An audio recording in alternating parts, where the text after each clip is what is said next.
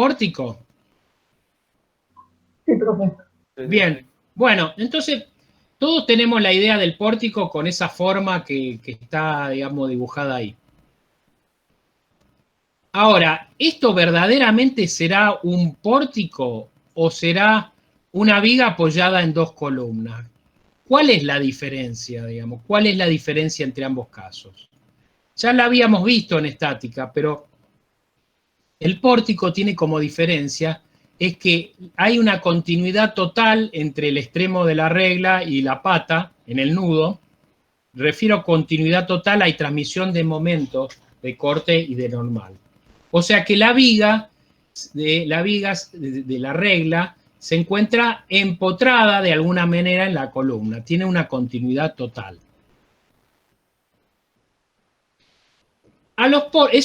A eso llamamos pórtico, porque si no tuviera una continuidad sería una viga apoyada sobre columnas.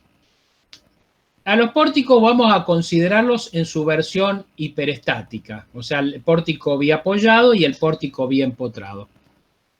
La versión isostática, que sería con un apoyo móvil y un apoyo fijo, digamos, lo vamos a utilizar como auxiliar para resolver algunas situaciones, pero casi nunca se usa porque en realidad no tiene, digamos, mayor materialización, porque habría que hacer algunos de los apoyos móviles y ese apoyo móvil, digamos, no es bastante complicado de materializar y aparte hace al pórtico perder su característica. ¿Por qué? Porque las cargas que van a estar aplicadas sobre la regla, si son cargas verticales y el esquema es un pórtico isostático como este, si yo tengo, por ejemplo, un pórtico isostático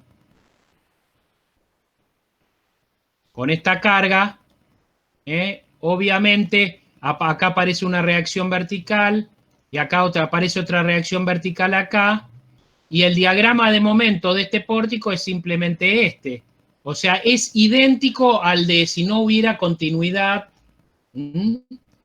entre la regla y las patas, con lo cual me he gastado un montón de esfuerzo en materializar un apoyo móvil y en realidad lo que tengo es una viga, no un pórtico.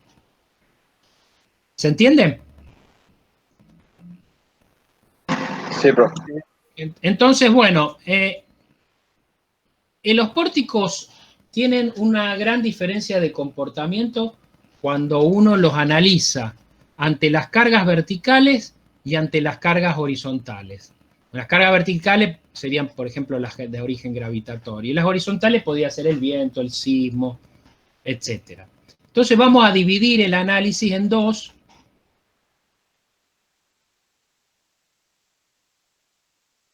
Para el análisis de los pórticos con cargas verticales. Entonces, ¿qué es lo que ocurre con los pórticos con cargas verticales? Las cargas verticales hacen que la regla se curve y como hay una continuidad total en el nudo, eso hace que este nudo gire, como se ve acá, este nudo gira, hace girar a la columna que también se curva en consonancia con la curvatura de la regla. O sea que la curvatura que tiene en sus extremos la regla tiene que ser acompañada con la curvatura en el extremo de la columna. Entonces, ¿cómo podemos imaginarnos a la regla? Podemos imaginarnos a la regla como si fuese una viga simple, pero donde a los extremos están aplicados dos cuplas que son las que les transmite la columna a la regla.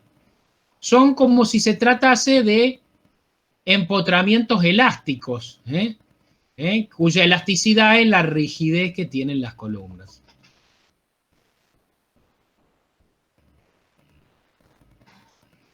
Claramente se puede ver que esa continuidad entre la regla y la pata, o entre la regla y la columna, beneficia a la regla. ¿Por qué?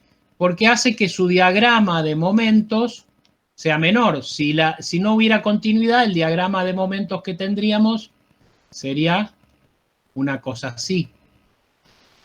¿Mm? Ese sería el diagrama de momentos de la regla que no tiene continuidad con la pata. Entonces se vio aliviado por el efecto pórtico. Es lo mismo que pensar al pórtico como si yo girara los apoyos A y B y los pusiera todo en una línea y formara una viga continua. Sería como una viga continua en el cual está cargado el tramo central y los otros están descargados.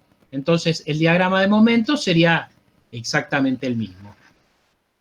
Estos momentos, los momentos MC y MD, van a depender de la rigidez que tenga, la rigidez relativa que tenga la regla versus la pata. Ahora, ¿cuál es la rigidez de la pata? ¿Por qué me interesa saber eso? Me interesa saber eso por lo siguiente, porque si yo le aumento la rigidez a la pata, puedo obtener momentos MC y MD más grandes y aliviar más la regla. Entonces, sería bueno saber qué variables intervienen en la rigidez de la pata para poder maximizarla y mejorar el comportamiento de la regla. Bueno, claramente la rigidez de las patas está dominada por la sección y el material, como siempre, la vinculación, obviamente no va a ser lo mismo un apoyo fijo en B que un empotramiento, y por último su longitud. Cuanto más larga sea la pata, más flexible va a ser.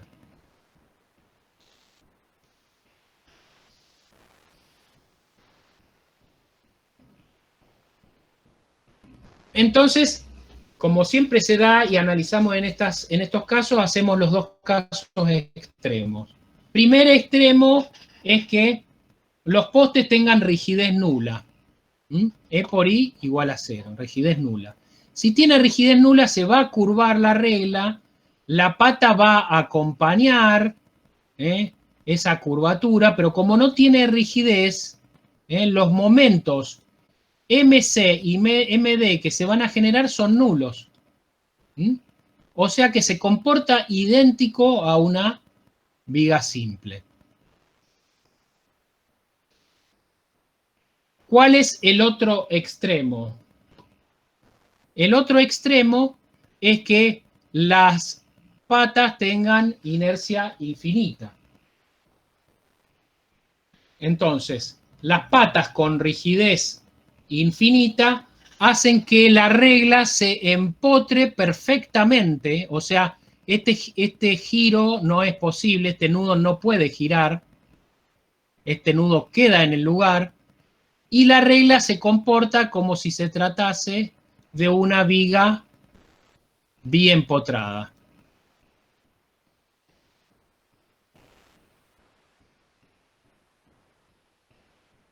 Esos son los dos extremos.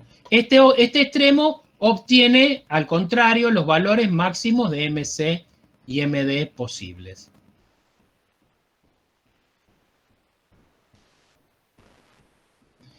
Cualquier situación de la realidad va a estar entre la situación 1 y la situación 2. La situación real justamente es que la regla tiene un empotramiento elástico, con la elasticidad dada, que hace que se dé un giro que no es ni el del caso 1 ni el del caso 2. Y los momentos, por supuesto, van a estar intermedios entre los valores 0 del caso 1 y los valores máximos del caso 2.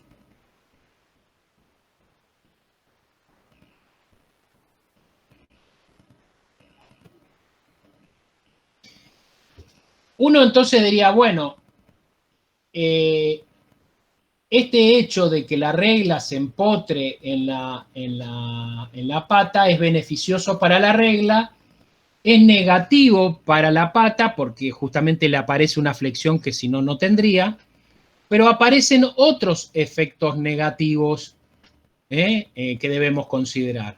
Primero, cuando hay empotramiento de la regla en la pata, aparecen fuerzas horizontales, que ya vimos recién eran los empujes, fuerzas horizontales en los apoyos, que de otra manera no aparecerían. Ese sería otro efecto negativo sobre la pata. Otro efecto negativo es que, por supuesto, va a aparecer esfuerzo de corte por la acción de la reacción horizontal en el poste y va a aparecer compresión en el travesaño. O sea que, por un lado, estoy beneficiando a la regla, disminuyéndole los momentos flectores, pero por otro lado estoy perjudicando a la pata, generando, y a toda la estructura, generando reacciones horizontales, corte en las patas y compresión en el travesaño. ¿Se entiende por qué es esto? ¿Por qué? ¿A qué se debe esto? ¿O quieren que hagamos un dibujito?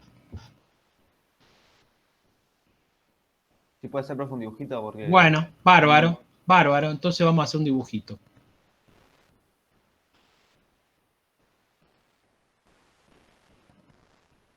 Imagínense que tienen un pórtico. Para hacerlo sencillo, lo vamos a pensar con una carga uniforme. Vamos a hacer un pórtico biapoyado.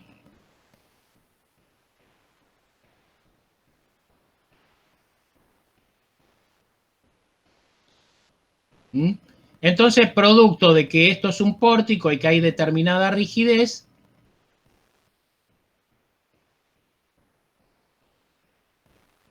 el diagrama de momentos que aparece sobre la regla va a ser una cosa así.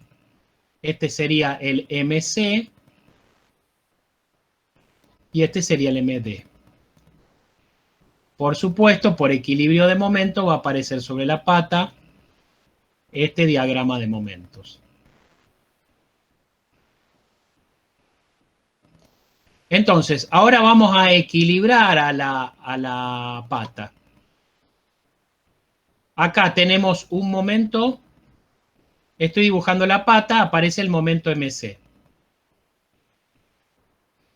Para equilibrar este momento, ya que debido a que el momento acá es nulo, ¿qué tiene que aparecer? Tiene que aparecer un par de fuerzas que hagan girar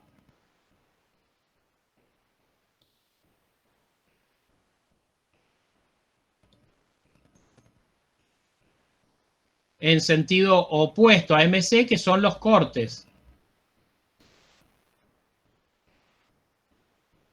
Por supuesto, para completar el esquema, acá vendría un N, que este estaría en los dos casos.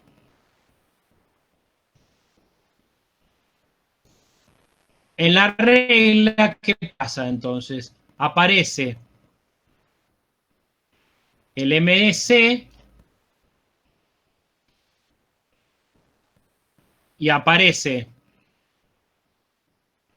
B y por supuesto aparece esta N. Entonces acá, ¿qué vemos?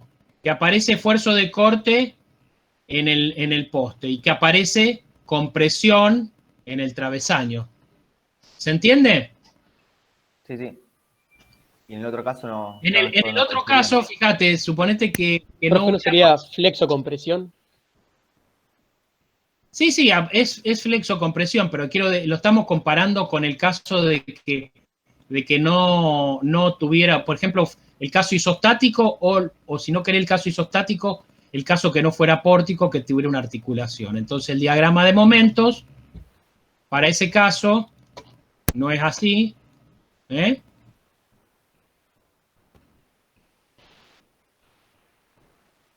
No es así. Imaginemos que no hay continuidad de momentos entre vamos a sacarlo, vamos a dejarlo y digamos así, pero que tuviera una rótula. Entonces, ahí aparece como diagrama de momentos y evidentemente las reacciones son estas dos, de este pórtico. Esas dos, no hay corte en la columna y tampoco hay compresión en la regla. ¿Está bien? ¿Sí? Sí, sí, sí. Pero hay como que no sé, en la regla el momento sería mayor, Y sería. claro, claro, por eso estoy diciendo, lo que está arriba son las ventajas. Sí, sí, La sí. regla, la regla se beneficia con el aporticamiento, pero se perjudican las patas. Y aparte de perjudicarse las patas porque aparece flexión, aparecen otros efectos. Sobre la pata aparece corte, aparecen empujes horizontales en los apoyos y aparece compresión en la regla. ¿Mm? Son las cosas que aparecen que no estarían en el otro caso. Pero en general es beneficioso usar un pórtico antes que. No, ahora vamos a ver, ahora justamente vamos a ver cuándo conviene y cuándo no eso. ¿Mm? Ahora solamente estamos describiendo ventaja y desventaja. Ahora vamos a ver cuándo le ganan unas a otras.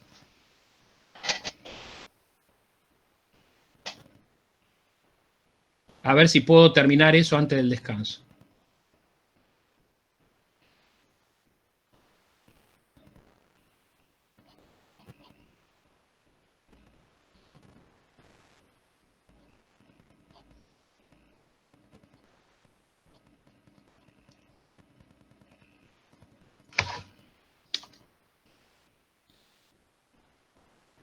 Entonces justamente dice eso, justamente en cada caso uno tendrá que evaluar qué es lo que realmente conviene o no al sistema. ¿Mm? El comportamiento del pórtico tiene balance de ventajas y desventajas. Entonces, vamos a ver justamente esa. Vamos a ver ese tema. ¿Cuándo ganan las ventajas de uno y ganan las ventajas del otro? Vamos a pensar primero en un pórtico que es cortito, o sea, la regla es cortita y es muy alto, como el de la figura. ¿Mm? Eso significa de que como la regla es cortita, los momentos flectores que van a aparecer acá en la regla no van a ser muy grandes porque la luz no es muy grande. ¿Mm? No, eso indicaría en principio que no habría gran necesidad de aporticar. Además, ¿qué es lo que pasa? Para poder aporticarlo, si es que yo quiero hacerlo de cualquier manera, tengo que involucrar a flexocompresión elementos muy largos que son estas patas. Para aliviar un momentito chiquitito que me aparece acá. Y otra vez, otra cosa más. Como las patas son muy largas, para lograr que sea eficiente el empotramiento, debería aumentarle mucho la rigidez en respecto a rigidez flexional de la sección o del material. ¿Por qué? Porque está muy debilitada su rigidez por su gran longitud. O sea que debería ser un elemento muy, muy, muy robusto para compensar el largo que tiene la columna y lograr la rigidez necesaria para que el mecanismo sea eficiente. Entonces vemos que digamos, en este caso, el, el mecanismo de aporticamiento no es un mecanismo eficiente, porque primero no logra aliviar momentos grandes, que son los de la regla, y aparte, para aliviarlo, me trae un montón de costos muy considerables. A darle mucha rigidez a las columnas, es realmente, y someter las columnas a flexocompresión. O sea que en ese balance, convendría no aporticar este caso. Y entonces, ¿cómo podríamos hacer eso? ¿Cómo digo, bueno, no lo voy a aporticar? Entonces lo que podría hacer es, digo, bueno, me materializo en uno de los extremos una rótula,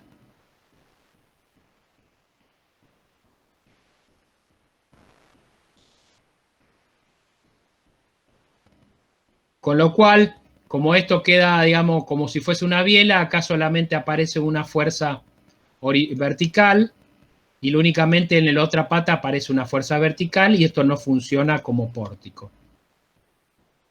Atención, ojo, ojo con los que hagan, digan, bueno, le pongo a los dos la rótula.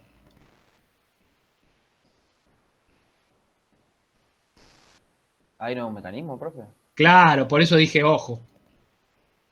Por eso dije ojo, esto no, porque es un mecanismo. Esto no se puede hacer. Esto no va, a excepción de que vos esto lo tengas, digamos, unido a una estructura con capacidad resistente horizontal. Que ahí sí lo podría hacer, ¿no es cierto? ¿Está claro eso? Sí, sí. Bueno.